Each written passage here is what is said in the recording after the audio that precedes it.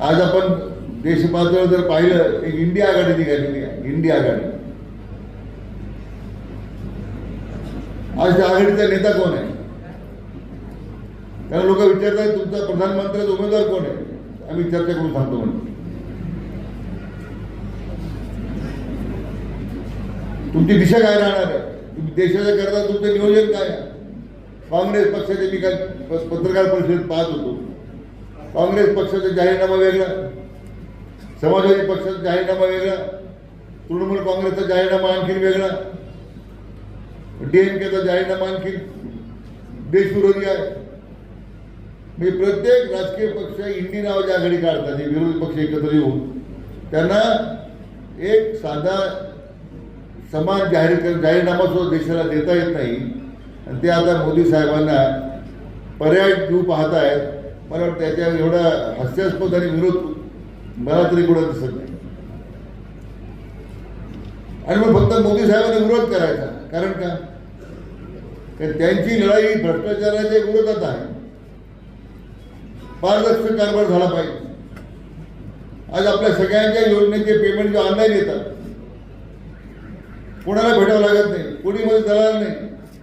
शेतकऱ्याचे अनुदान त्याच्या खात्यात जमा होतं, गरिबाचं अनुदान त्याच्या खात्यात जमा होतं. भ्रष्टाचाराच्या विरुद्ध लढाई त्यांनी सुरू केली. आणि दुसऱ्यावर इंडिया आघाडी काय करते की भ्रष्टाचाराला खतपाणी घालणाऱ्या लोकांचंच त्या ठिकाणी संरक्षण करते. दिल्लीचा मेळावा झाला, तो दारूच्या पैशात अडकलेल्या केजरीवालांना सोडण्याकरता मेळावा झाला. कोलखाणीमध्ये सापडणाऱ्या भ्रष्टाचाराच्या प्रकरणामध्ये शुभू सोरेन त्यांना अटक झाली, त्यांच्या समर्थनासाठी मेळावा झाला. एका बाजूला देश पातळीवर भ्रष्टाचाराला संपवण्याचा विडा जो आदरणीय मोदी साहेबांनी उचलला, आणि दुसऱ्या बाजूला इंडिया आघाडीतून पुन्हा भ्रष्टाचाराला या देशामध्ये त्याला मान्यता देण्याकरता इंडिया आघाडीचा त्या ठिकाणी मेळावा होतो. याच्यातून काय निष्पन्न होतं? आज देशामध्ये विविध आघाड्यांवर ते काम सुरू आहे. वेगळ्या योजनांची अंमलबजावणी सुरू आहे. मग ही ताईने प्रभू रामचंद्रांचा उल्लेख केला की भूमी प्रभू रामचंद्रांच्या पदस्पर्शाला पुढे झालेली भूमी आहे. आणि 500 वर्षाच्या प्रतीक्षेनंतर आज रामलल्लाची स्थापना त्या अयोध्यामध्ये होते, याचा आम्हाला सगळ्यांना अभिमान आहे. अनेक लोकांनी पाहिलं की राम मंदिराच्या उद्घाटनाला काँग्रेस पक्षाने जायचं नाकारलं. 5 वर्ष रामाच्या अस्तित्वाबद्दल त्यांनी प्रश्न उपस्थित केले. आणि त्यांच्या मांडीला केसरकर साहेब म्हटल्याप्रमाणे त्यांचे घडाघड उद्धव ठाकरे, हिंदुत्वाचा पुरस्कार करणारे आदरणीय बाळासाहेब ठाकरे जर हयात असते तर मला वाटतं उद्धवला सुद्धा लाच घालून घराबाहेर काढला असा समाज होता. औरंगजेबाच्या कबरीवर औरंगाबादला त्या ठिकाणी फुलाची फुलोधळी जात आहे, उदारीकरण केलं जात आहे मागच्या महाविकास आघाडी सरकारच्या काळामध्ये. तरी उद्धवजी बोलत आहेत. मग काही सावरकर साहेबांचा उल्लेख झाला. स्वातंत्र्य सावरकरांच्या बाबतीमध्ये राहुल गांधी गैररोजगार काढतात, त्याच्या मांडीला उद्धव ठाकरे बसतात. कोणता हिंदुत्व आहे तुमचं?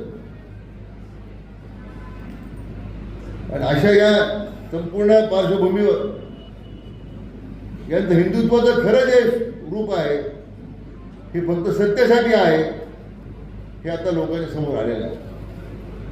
आणि या निवडणुकीमध्ये खरा हा तो निकाल घ्यायचा. सदाशिव लोखंडे उमेदवार आहेत, राधाकृष्ण उमेदवार आहेत, दीपकराव केसरकर उमेदवार आहेत. त्यापेक्षाही विचाराची लढाई. हे देशाला महासत्तेकडे घेऊन जाण्याची जी आता वाटचाल सुरू आहे. काँग्रेसची सत्ता गेली, आपण 15 नंबरवर होतो. आज जगाच्या 3ऱ्या क्रमांकावर आपल्या अर्थव्यवस्था आणण्याचं काम ज्यांनी केलं असेल, ज्यांनी करून दाखवलं, ते आपले आदरणीय प्रधानमंत्री नरेंद्र मोदी आहेत.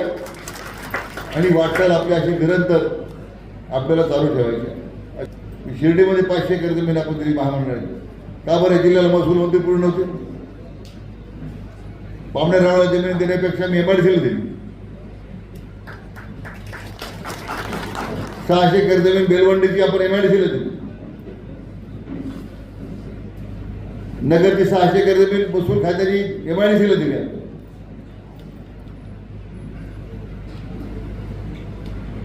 याच्या पाठीमागे ही भूमिका आहे की जमिनी अभावी गुंतवणूक परत जाईल, उद्योग परत जातील आणि ह्या सगळ्या जमिनी आपण विनामूल्य दिल्या. कारण बाहेरच्या सगळ्या MIDC मध्ये जमिनी 4,000 5,000 रुपये स्क्वेअर मीटर आहे आणि आपल्या सगळ्या महामंडळाच्या जमिनी आपण 850 रुपये स्क्वेअर मीटर दिलेल्या आहे 4,000च्या ऐवजी. गुंतवणूकदार काय विचार करणार आहे की मी बाहेरच्या 4,000 रुपये स्क्वेअर मीटर जमीन घेण्यापेक्षा स्क्वेअर मीटर जमीन घेण्यापेक्षा मी शिर्डीला जायला 840 स्क्वेअर मीटर जमीन घ्यायला, मी श्रीरामपूरला जायला जमीन घ्यायला, मी बेलवंडीला जायला जमीन घ्यायला. याचा उल्लेख होता दीपक केसरकर साहेबांनी केला. तुम्ही सेंटर फॉर एक्सलन्स तुम्ही श्रीरामपूरला द्यायची तयारी दाखवली, जमीन देणं ही आमची जबाबदारी आहे आपण आम्हाला. महसूल खात्याकडे जमीन जाणते या ठिकाणी चिंता नाही. चांगल्या कामासाठी जमीन मुबलक आहे, नातेवाईकांसाठी जमीन नाही मागायची. पण सेंटर ऑफ एक्सलन्स तुम्ही देणार, आम्ही जमीन देतो. MIDC मध्ये बऱ्याच पाठीमागे MIDC आपली मागे पडलेली आहे. शिर्डीमध्ये जे गुंतवणूक येईल ती श्रीरामपूरमध्ये येईल असं मी मागे एकदा जाहीर केलं होतं. त्यामुळे श्रीरामपूर सुद्धा त्या गुंतवणुकीत मागे राहणार नाही. पण श्रीरामपूरला घर ओरडणं का प्रॉब्लेम सुरू होतो.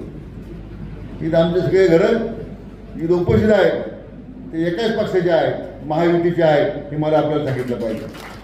मी कोणत्या घरात आपल्या महायुतीचाच कार्यकर्त्यावर सापडतो. जे काँग्रेसचे आहेत, जे BRSचे आहेत, जे उभाटाचे आहेत, जे राष्ट्रवादीचे आहेत, तुतारीचे, त्या औषधाला सुद्धा मित्र तुम्हाला सांगतो या तालुक्यात शिल्लक राहणार नाही. इतकं सांगतो तुम्हाला, ही संधी आलेली इतकं चांगलं काम करायचं.